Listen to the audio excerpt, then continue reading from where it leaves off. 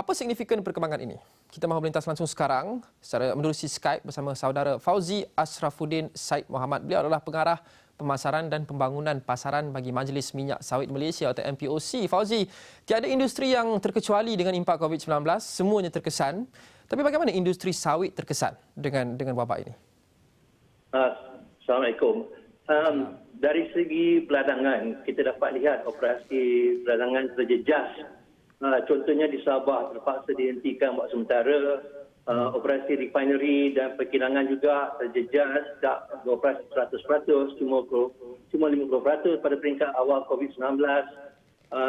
Disruption in supply and logistics juga, pembekalan barangan hilang dan pengantaran terhenti di atas arahan MCO. Yang ketara sekali adalah demand disruption yang teralami dari pembeli-pembeli minyak sawit Malaysia yang juga terjejas dengan pandemik COVID-19 ni. Dari segi pemasaran dan promosi minyak sawit pula, kami terpaksa membatalkan promosi kami yang berbentuk fizikal. Yang itulah antara yang benda terkesan pada kami. Jadi Fauzi, akibat COVID-19 dan PKP, kita sekarang melalui era katanya normal baru. Semua industri perlu melalui normal baru ini. Operasi harian perlu diwaswai untuk mematuhi penjarakan sosial, mengurangkan pekerja pada satu-satu masa dan sebagainya. Apa normal baru bagi industri sawit bergerak ke hadapan?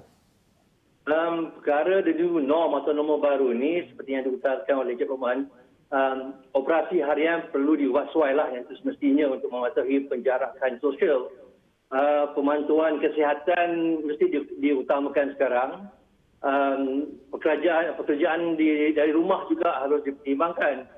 Dari segi operasi pemasaran, kami turut mengambil langkah-langkah yang proaktif untuk menggunakan aplikasi virtual seperti Skype, Zoom, WhatsApp untuk menganjurkan program webinar kami dan meningkatkan information dissemination mengenai industri sawit kita, produk sawit kita dan berita sawit kita. Aplikasi ini juga digunakan oleh para ahli industri untuk berkomunikasi bukan sahaja di antara mereka, malah bersama pembeli mereka. Malah ia menjadi lebih efisien dan selamat berbanding perjumpaan fizikal. Inilah satu-satunya yang normal baru yang dipraktikkan di industri kini sekarang. Fauzi, kaki tangan sokongan dan kaki tangan korporat dalam industri sawit mungkin boleh bekerja dari rumah dan menggunakan teknologi seperti Skype dan Zoom dan sebagainya. Tetapi kalau kita fokus kepada on ground, peneroka ataupun mereka yang terlibat di ladang, adakah normal-normal baru ini boleh menjejaskan produktiviti dan pengeluaran sawit di Malaysia? Saya rasa satu SOP akan dikendalikan supaya dia dapat dipraktik oleh peneroka untuk tak menjejaskan usaha mereka untuk meneroka. Kita kena nantikan SOP yang tu yang nak dikeluarkan. Saya percaya dengan SOP yang baru ini, ia lebih mementingkan kepada keprihatinan peneroka, keselamatan peneroka dan juga akan memberi kesan yang tidak menjejaskan peneroka. Industri sawit ini antara industri yang sudah melalui banyak kejutan sejak beberapa tahun lepas. Sebelum ini kita melalui tempoh harga minyak sawit rendah sejak 2-3 tahun lepas. Sekarang kita melalui kejutan COVID-19. Industri ini sering berdepan tekanan. Agak sensitif industri ini di Malaysia walaupun ianya memberikan sumbangan yang begitu besar kepada ekonomi. Bergerak ke hadapan, apa inovasi yang boleh dilakukan di dalam industri sawit untuk menjadikannya lebih kalis kejutan dan kalis masa depan? Okey, sebagai permulaan kita kena faham penggunaan minyak sawit ini sangat ketara. Ia digunakan di dalam pembuatan makanan dan bukan makanan. Ini semua terjadi kerana pembangunan sawit Malaysia is always evolving seorang. Agensi seperti MPOC sentiasa menerokai penggunaan dan pasaran baru untuk minyak sawit. Jadi ini harus diteruskan dan dikukuhkan. Kementerian Perusahaan Peladangan dan Komuniti Malaysia sentiasa menyuruh bahawa kita mempertingkatkan pengeluaran industri giliran kita dan sentiasa meneroka inovasi baru di dalam teknologi pemprosesan. Tak ketinggalan jugalah MPOC akan meneroka pasaran baru dan peluang-peluang perniagaan baru untuk industri sawit Malaysia. Inilah satu-satu caranya yang boleh dilakukan di dalam industri sawit untuk menjadikannya lebih kalis kejutan dan kalis masa depan. Industri sawit ini adalah satu industri yang resilient. Kalau tidak, takkan dipertahan selama sehingga 100-2 tahun ini. Ia mempunyai pakar-pakar dan industri yang berkomited terhadap pembangunan industri minyak sawit Malaysia kita ni. Industri ini sudah pun dipertahankan sudah sekian lama, tetapi sejak beberapa tahun lepas mungkin agak mencabar sikit untuk mempertahankannya. India, berita bahawa India mahu kembali membeli minyak sawit Malaysia ini adalah satu berita yang baik. Kita akan bakal menyaksikan lebih kurang 200,000 tan minyak sawit akan dieksport ke India selepas ini. Tetapi selama ini ada berlegar sentimen negatif terhadap minyak sawit Malaysia dan Indonesia, khasnya di Eropah. Adakah sentimen negatif ini yang mengatakan bahawa ia menyumbang kepada perhutanan, deforestation, haiwan kehilangan habitat dan sebagainya, masih lagi menjadi masalah sehingga kini kerana Fauzi terlibat dalam pemasaran? Adakah ia sukar untuk memasarkan minyak sawit Malaysia disebabkan sentimen yang masih berlegar ini? Sebenarnya sentimen negatif dari Kesatuan Eropah ni bukan satu perkara yang baru.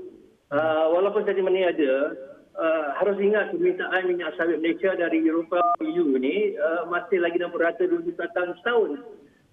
Yang mendorong sentimen negatif ni daripada kita punya research ialah dari sikap proteksionis negara Kesatuan Eropah ini untuk melindungi hasil keluaran pertanian mereka. Jadi mereka memerlukan elemen-elemen sebagai deforestation, wildlife conservation sebagai isu yang untuk dipertingkatkan sebagai satu strategi negatif terhadap kita.